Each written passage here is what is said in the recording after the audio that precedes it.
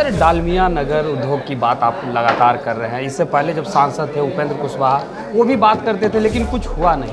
आप सांसद हैं, क्या लगता है डालमिया नगर उद्योग का कुछ हो पाएगा या नहीं? देखिए, अब डालमिया नगर उद्योग समूह पुराने समय का तो वापस होना ये एक सपना बन चुका है। हवाई अड्डा जहां कार्यक्रम होता है, बड़ी रैलियां होती है, सुअरा हवाई अड्डा अभी सिर्फ नामों तक ही सिर्फ रह गया है, क्या कहेंगे? रेल मंत्री जहाज उड्डयन मंत्री को लिख करके भी हमने दिया था और उन्होंने कहा कि ये तो लिस्टेड है लेकिन कोई कंपनी ठेका लेने के लिए तैयार नहीं हो रही। कोल नहर परियोजना को लेकर के कई वर्षों से सुशील सिंह सांसद बनते रहे, लेकिन इस बार औरंगाबाद ने अभय कुशवाहा को सांसद चुना है।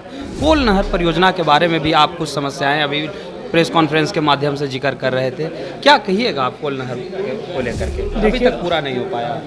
उत्तरी कोयल नहर के निर्माण में भी काफ़ी दोष रहा है और 3 समस्याओं से वो नहर जूझ रही है। एक तो पानी का अभाव होता है। नमस्कार, मैं मनीष और आप देख रहे हैं दर्श न्यूज़। हमारे साथ मौजूद है काराकाट से सांसद राजा राम सिंह। सर, डालमिया नगर उद्योग की बात आप लगातार कर रहे हैं। इससे पहले जब सांसद थे उपेंद्र कुशवाहा, वो भी बात करते थे लेकिन कुछ हुआ नहीं।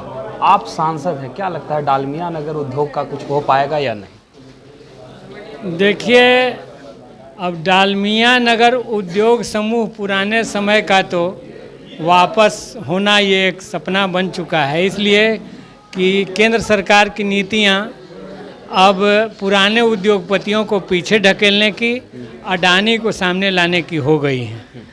इसलिए विकल्प के बतौर बीच में भी ऐलान हुआ था कि उस जगह पर हम रेल कारखाना बनाएंगे और बातें कुछ आगे बढ़ी। उसका जो कबाड़ा बेच करके सरकार को मिला, उसका भी आज तक भरपाई केंद्र सरकार नहीं कर पाई है। इसलिए हमारी तो मांग है और पार्लियामेंट में इस सवाल को उठाते रहेंगे और मोदी जी की सरकार पर दबाव बनाते रहेंगे कि ये जो चिर प्रतीक्षित मांग है वो जनता की वो पूरी हो। और इस बार ही वो जो आ रहे हैं विक्रमगंज में, तो वो बजाबता इसका ऐलान करें। सुअरा हवाई अड्डा जहां कार्यक्रम होता है, बड़ी रैलियां होती है, सुअरा हवाई अड्डा अभी सिर्फ नामों तक ही सिर्फ रह गया है, क्या कहेंगे? रेल मंत्री जहाज उड्डयन मंत्री को लिख करके भी हमने दिया था और उन्होंने कहा कि ये तो लिस्टेड है लेकिन कोई कंपनी ठेका लेने के लिए तैयार नहीं हो रही। तो ये काम भी आपको करना है, इसको रूट दीजिए कि इस पर आपको चलाना है जहाज। और उस अब जब आबादी बढ़ रही है तो सड़क से देश के कोने कोने में जाने में असुविधा है। अन्य विकसित प्रदेशों को कई हवाई अड्डा हैं, तो बिहार जैसे पिछड़े प्रदेश में भी क्षेत्रीय स्तर पर हवाई अड्डों के निर्माण की ज़रूरत है। और डिहरी में ऑलरेडी एक ज़मीन है, तो हमने इसी पृष्ठभूमि के साथ उड्डयन मंत्री से मांग भी की थी और इस पर हमारा जोर है।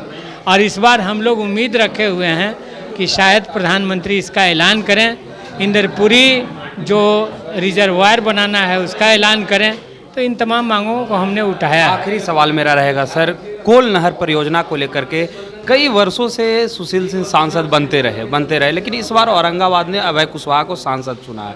कोल नहर परियोजना के बारे में भी आप कुछ समस्याएं अभी प्रेस कॉन्फ्रेंस के माध्यम से जिक्र कर रहे थे, क्या कहिएगा आप कोल नहर को लेकर के? अभी तक पूरा नहीं हो पाया। उत्तरी कोयल नहर के निर्माण में भी काफ़ी दोष रहा है और 3 समस्याओं से वो नहर जूझ रही है। एक तो पानी का अभाव होता है। मोहम्मदगंज बराज जो है जिससे कोयल नहर निकलती है, और इसके लिए हमने मांग रखी है कि अगर इंद्रपुरी डैम बनेगा, जलाशय बनेगा, तो ये उससे करीब 15-20 मीटर नीचे है। तो अगर हम उसमें से इसमें पानी डालें तो कोयल नहर में भी सोन का पानी मिल सकता है और उसमें पानी का अभाव नहीं होगा। दूसरी बात कि जो कुटकू डैम में फाटक लगाना है, जिसके चलते नहर में पानी आने में दिक्कत होती है, तो उस फाटक का शीघ्र उसमें लगाया जाए। और तीसरी बात कि कोयल नहर में सिल्टेशन बड़े पैमाने पर यहाँ वहाँ हो गया है, प्रॉपर सुलिस गेट नहीं है। तो इसीलिए हमने पूरी मांग की है कि उसका जीर्णोद्धार करते हुए, आधुनिकीकरण करते हुए नीचे तक पानी पहुंचाया जाए। और अगर सोन का पानी उसमें आ जाता है तो ये पानी आपको फल्गु तक पहुंचने और फल्गु के माध्यम से फिर नालंदा और जहानाबाद तक पहुंचने की स्थिति बन सकती है। लेकिन अभी आप लोग सिर्फ मांग कर रहे हैं, लेकिन आपके ही गठबंधन के साथी अभय कुशवाहा ने तो यहाँ तक कह दिया कि यदि हमारे सांसद काल तक के अगर कोल नहर का कार्य यदि नहीं बन पाया तो हम वोट नहीं मांगने आएंगे, हम खुद आत्मदाह कर लेंगे। तो ये इस तरीके के बयान को फिर कैसे देख रहे हैं? मतलब उन्होंने आशा को थोड़ा और कॉन्क्रीट किया है कि नहीं तो हमें एक तीखी लड़ाई लड़नी पड़ेगी। और बिल्कुल वहाँ की जनता इस संघर्ष के लिए बिल्कुल तैयार है, आमादा है, वो संघर्ष करेगी। तो ये थे हमारे साथ काराकाट से सांसद राजाराम सिंह, जिन्होंने तमाम तरीके की बातें कही। फिलहाल इस खबर में इतना ही, धन्यवाद।